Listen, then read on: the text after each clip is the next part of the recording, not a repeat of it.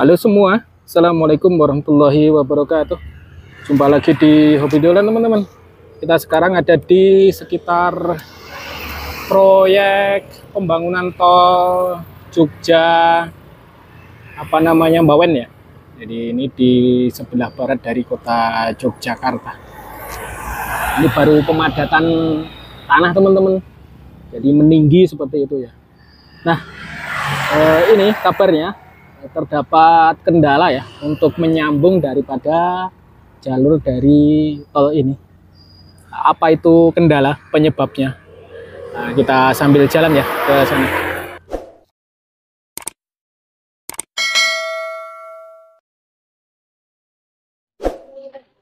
Nah, ini proyeknya teman-teman, tinggi ya ternyata ya. Butuh berapa tanah saja untuk uruk nih, tanah uruk. Dan ini masih dipadatkan,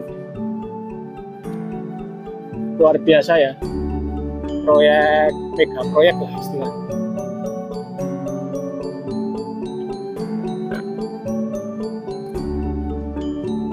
Jadi teman-teman, kendalanya itu jalur ini itu melintasi satu pemakaman ya. Jadi pemakamannya itu merupakan pemakaman daripada sesepuh satu desa gitu.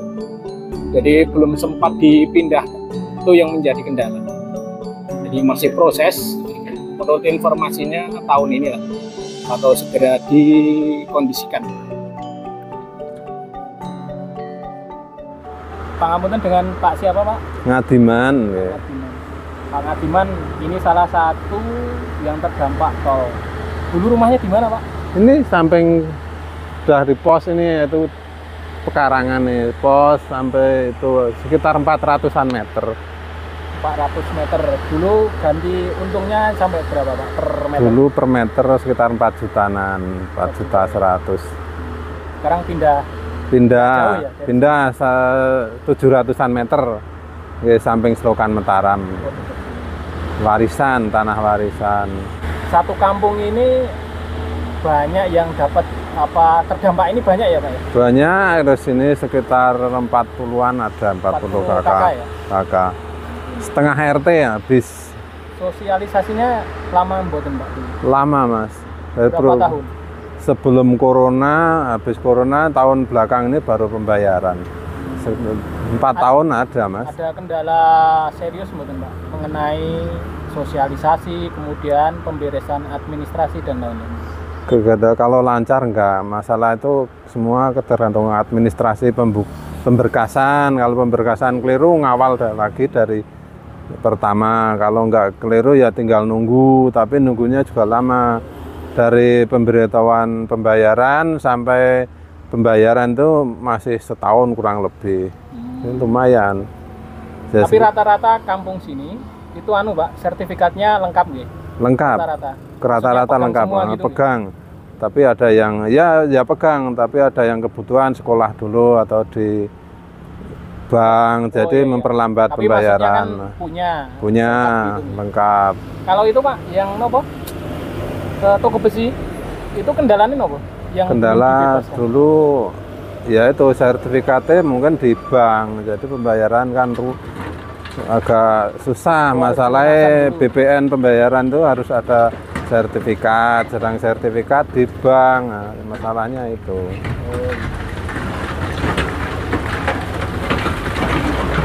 Dulu profesinya apa Pak panjenengan?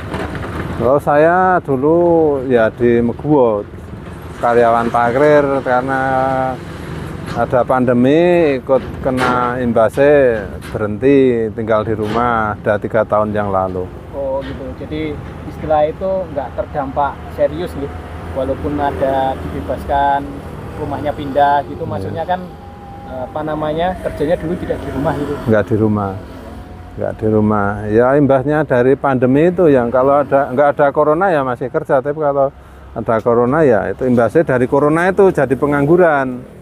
Tapi kalau ini dapat pembebasan tahun 2023. 23, hampir setahun ini. sudah beres semua nih Pak di sini. Alhamdulillah beres, tinggal Sampai di ujung nggak ada trouble Pak? nggak ada. Begitu pembayaran udah selesai semua. Jadi tinggal nunggu beberapa gitu. Tinggal nunggu beberapa. Sini mungkin tinggal 3 orang yang belum dibebaskan.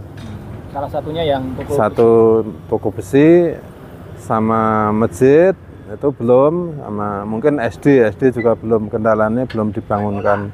Sama ini rumah terdekat ini Maimunah itu juga pembukuan sertifikatnya belum selesai clear, tanda tangan dulu, jadi mulur lagi. Kalau makam-makam itu kendalanya apa Pak? Kalau makam sini nggak ada yang kena Mas. Yang di tadi, yang di ujung itu, yang di Mbah Celeng kayak gitu. Mbah Celeng itu pemindahannya belum clear. Katanya tuh minta tanggap wayang, kalau Pak Mardianto Lurah itu mau tanggap wayang, tapi belum dengar kapan nanggapnya, jadi belum dipindah juga. Oh, teknisnya saja? Iya, tekniknya aja. Kalau administrasi beres sebenarnya? Mungkin beres, itu kan minta di kas desa sebelahnya itu, tapi belum dipindah juga. Itu ganti ruginya berarti masuk desa Pak itu?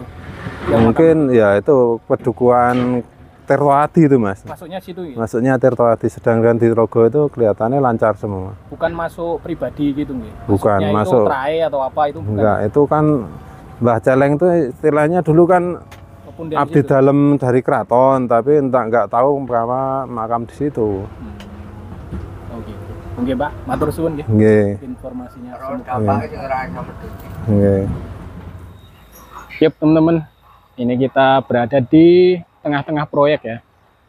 Kalau tadi kan kita di dekatnya, ini di tengah-tengah proyek tol Junction Sleman ya, Mbak Wen.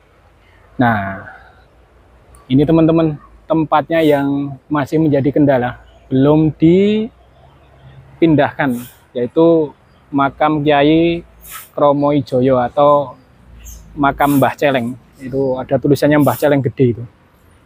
Ini tinggal ya kecil saja teman-teman. Nah, Mbah Kromo Ijoyo itu dulu informasinya itu merupakan kerabat dari keraton, itu prajurit keraton Ngayogyakarta Hadiningrat. Dulu itu pengikut dari Pangeran Diponegoro. Lalu keluar dari keraton dan menetap di kampung ini, namanya Kampung Ketingan Tirtowadi Sleman. Jadi ini merupakan salah satu pemunden kampung sini teman-teman. Jadi istilahnya pionir ya. Kemudian beliau wafat dan dimakamkan di sini. Nah, kita masuk ke dalam ya. Ini pemakamannya kecil teman-teman. Nah, ini makamnya. Jadi cuman ada 2 nisan ya. 1, 2 nisan. Saya nggak tahu ini nisan siapa. Yang jelas yang di tengah itu pasti makam Mbah Kromo Ijoyo. Jadi menurut informasi ini dikeramatkan ya, berkaromah gitu. Orang-orang itu kalau melihat makam itu emang aneh ya, bermacam-macam ya, dari sudut pandang apa. Ini ada pohon besar banget teman-teman. Ini namanya pohon apa ya? Kalau ada yang tahu bisa komen di bawah ya. Budi banget ini. Nah, ini makamnya. Menurut informasi dari petugas itu, ini segera akan dipindahkan teman-teman tahun ini gitu. Jadi sudah ada lokasi dan nanti dipindahkan dengan layak ya, dipindahkan ke tempat yang lebih layak karena ini melewati proyek jalan tol. Nah, itu dari ujung sana tinggal sedikit lagi ini, jadi tidak bisa dikerjakan karena masih menunggu pemindahan dari makam Mbah Kromo Ijoyo ini. Jadi memang proyek jalan tol itu banyak banget melewati tempat-tempat atau situs-situs tertentu teman-teman, apalagi di daerah Jogja ini ya, Sleman itu kan banyak situs macam-macam ya. Kalau di bawah mungkin ada candi dan lain-lain. Tapi untungnya kalau tol itu kan tidak mengeruk ya, tapi malah ditimbun. Dia itu tinggi gitu, entah berapa juta meter kubik ini tanah yang digunakan sepanjang jalan ini. Tapi gini teman-teman, jalan tol itu sebenarnya kan nggak butuh dana yang banyak ya, kalau dihitung menurut kapasitas keuangan negara itu. Jogja Solo itu sekitar berapa triliun? 20, di bawah 50 triliun itu sudah jadi jalan tol itu. Jadi kan sedikit ya.